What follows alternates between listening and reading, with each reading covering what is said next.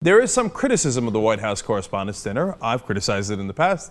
I've also gone to it, and I'll explain what I think is the difference in a minute. But first, I wanted to go to Tom Brokaw's criticism. First, a succinct point he made recently when challenged about his earlier criticism. Let's watch.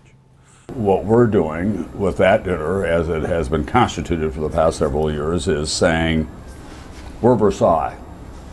We'll let the rest of you eat cake.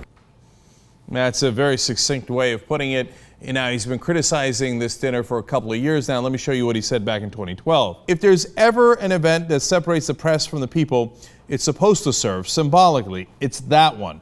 It is time to rethink it. I don't think the big press event in Washington should be that kind of glittering event where the whole talk is about Cristal champagne, who had the best party, and who got to meet the most people. And believe me, that's what all the talk is about, okay? And everybody's so self-satisfied at the dinner, and they love rubbing elbows with, oh, there's the General Shelton. I do declare, how are you? Oh, look at that. That's, I was going to say Bob Novak, but wrong again, Bob. Bob's dead. But you get it, the reporters, oh, Joe Klein, oh, from Time Magazine, oh, fantastic, right? And they're very, very chummy, and everybody says it and everybody admits it. Now, Noah Rothman, who's a conservative for Mediaite, but who agrees our contempt here, put it really well, so I wanted to quote him. He said, this month, E! Entertainment Network announced that they would live stream the red carpet at the White House Correspondents' Dinner on Saturday night for the first time. The nexus of celebrity, journalist, and politician is finally complete.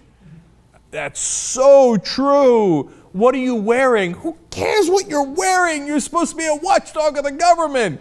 And now, on the other end of the spectrum, and I don't know Leibowitz's politics, but I do know his contempt for Washington. He's a reporter for New York Times Magazine. He's about to come up with a big book about Washington, D.C. and how incestuous it is. Politico's already done a preemptive strike on him. How dare you? And Politico, of course, is the protector of the Washington, D.C. establishment. And he was being interviewed, and he had some really good points to make about the dinner as well. There's a level of self-congratulation and self-celebration and so forth that can be very, somewhat at odds with the mood of the rest of the country and how people view the media. Now, the New York Times does not attend the Correspondents' Dinner anymore. Why is that?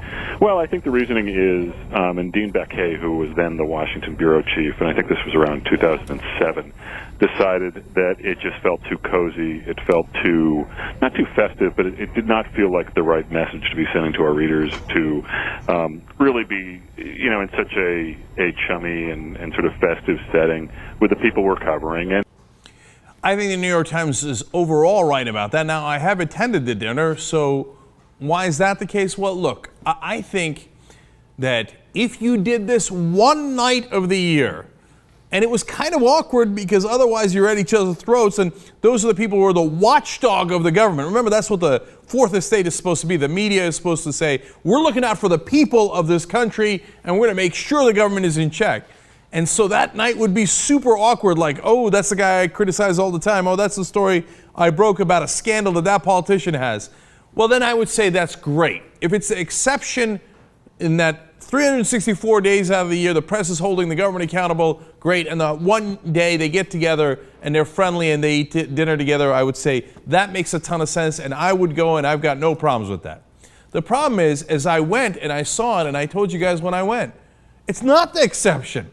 It's the rule. They're chummy every day. They're not holding those people accountable. And most of the people in that room are there because they didn't hold the government accountable, because they give them a free pass. Because if you ruffle feathers, you're gone. You don't get access to those politicians, and you get moved out of important spots, whether it's on TV or elsewhere.